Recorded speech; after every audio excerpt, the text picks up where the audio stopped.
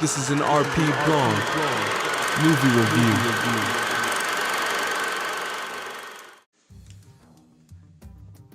RP Blonde, back again. Here I am, back at the silver screen, and I am got a couple more reviews here, and I'm gonna start off with the 2017 murder on the Orient Express. Well, I'm gonna start off by saying I can't call this movie murder. It's more like a bizarre and accidental death. Okay, I went into this not knowing much of the story and not checking the source material. It is based on the classic and probably the most recognizable novel by Agatha Christie. This story has already been brought to the screen once before. This here is a remake of the 1974 movie of the same name. This decade that we are in is truly one of remakes, especially remakes of classic movies and sometimes classic literature. Out there are some of the most praised and acclaimed movies that stand the test of time with remakes. For example, you have The Three Musketeers from 2011, The Great Gatsby from 2013, and Beauty and the Beast from 2017. I must add here that the original Beauty and the Beast is not the silly Disney 1991 animated feature, but the 1946 live-action film from France. The reason why I mentioned bizarre and accidental death earlier is because the whole 2-hour movie is one very odd and peculiar of a film. Let me say this, it starts off with a bizarre opening sequence in Jerusalem involving odd-shaped eggs and figuring out a jewel theft. Then there's this somewhat silly and messed up of an ending that really doesn't make much sense at all. For the better part of the year, about 8 months, we've been getting a teaser from this movie, not getting the normal 2.5 minute trailer to advertise it. It really just gives us a scene that introduces the characters, but there's nothing that informs us about the plot. Trailers are supposed to give the audience the sense of what the movie is about. But with this one, we get absolutely nothing at all. Was this a good marketing strategy or a bad one? Before I go any further in reviewing the remake, I must say a few words about the main character. The main character of this story is Hercule Poirot. He's apparently a worldly traveler and a well-known police inspector from Belgium. I found this out not from the movie, but from the library. Some fact checking. But what I couldn't find out is any other information like what Belgian city and city's police department he's from. From the movie, we don't know. They failed to give us any background, any insight on this character. Why would a so-called police inspector be running around the world solving crimes? Maybe we're supposed to be thinking of him like an Inspector Clouseau of the Pink Panther films. This problem of no insight into this character is so very obvious in both the original and the remake. Now, with the 1974 movie, he is played by an unrecognizable Albert Finney. And there, Poirot is portrayed as a hunchback inspector with a high-pitched, mostly irritating, and inaudible voice. The movie also has a very much similar messed up ending and also ridiculous, just like this remake. I'll go into this without giving anything away. These are the three major problems with the original: no insight, the bad portrayal of the character, and the messed up ending. The best thing from the 74 movie is the cast. 99% of them are A-list actors. Some of them are Albert Finney, as I mentioned, Richard Widmark, Sean Connery, 007, the original 007, Anne Bancroft, and Anthony Perkins. Yes, Norman Bates for those who know the movie Psycho. He's in here. Well, Murder 2017, its cast is only about a quarter to half A-list actors. The rest is more newer and no-name actors, with the exception of the newest sensation from the Star Wars universe, Daisy Ridley, who is in an unrecognizable role. Some, or should I say all of them, of the A-list actors in here are Kenneth Branagh as Poirot in a much improved role than the small one he was in the movie Dunkirk. And he's also the director of this remake. Other A-list actors are Johnny Depp, Michelle Pfeiffer, Judi Dench, Penelope Cruz, and he's such a minute role, she deserves more time, and William Dafoe. Yes, Norman Osborn for those who love comic book movies, aka the Green Goblin from the first Spider-Man in 2002. This here, with the cast, is one of the many problems with this remake. Why only 6 A-list actors in a cast of about 12 or so? I'm not going to name the rest of them, there is really no point. With building such hype in the anticipation for this lavish big-budget mystery, why did the filmmakers not go with a full A-list cast? Who knows? Before I go on about what else is off, I must mention that there's another big name behind the camera. The producer of this is none other than Ridley, I'm too busy this year to sleep, Scott. There's much going on here as well as what to expect with such great talent of people behind the camera and just as well as in front of it.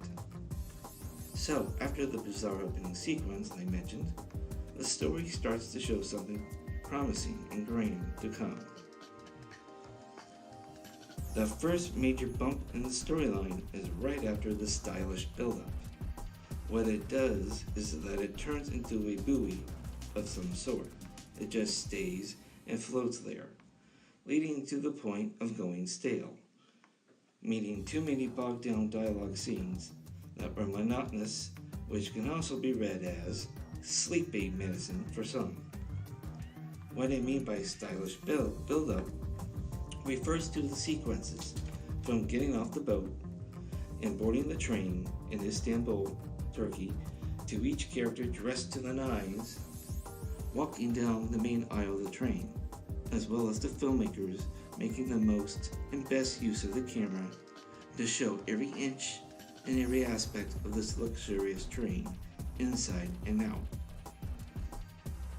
For example, like from outside looking in to the dining car, showing the waiting staff placing napkins a certain way on the fancy set tables. After seeing this 2007 remake, as well as going back and watching the original, I really have a hard time believing that, or buying into this, that the story, which is the same in both versions, is coming straight from the novel. I find that the story is too ridiculous, way too unbelievable, and obviously everything in here is way too coincidental, perhaps contrived. Therefore, as for the storyline, immediately I'm giving a reading of a big fat 0.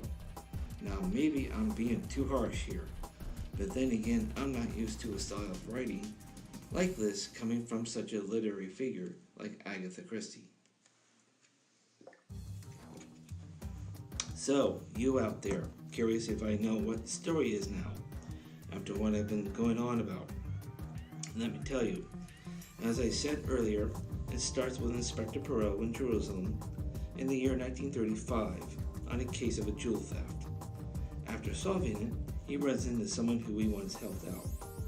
This friend just happens to be a conductor on the Orient Express, this luxurious and grand train that starts and ends from Istanbul, Turkey, and goes west through mountainous ranges all over Europe, eventually making its way, I believe, but I'm not 100% positive, and is the final destination of Paris, France. Why do they call it the Orient Express? Good question, because it doesn't go into the Orient region at all. En route, in one of the mountain ranges, The filmmakers never really give us the luxury of where they are. Why, we don't know. A storm is raging at night, and lightning strikes the side of a mountain peak. With this lightning bolt, it causes an avalanche that comes down and derails the front part of the train. I must pause here to let you all know that in the 1974 original, there was no storm at all, and for some unknown reason, the train stops and just sits on the track.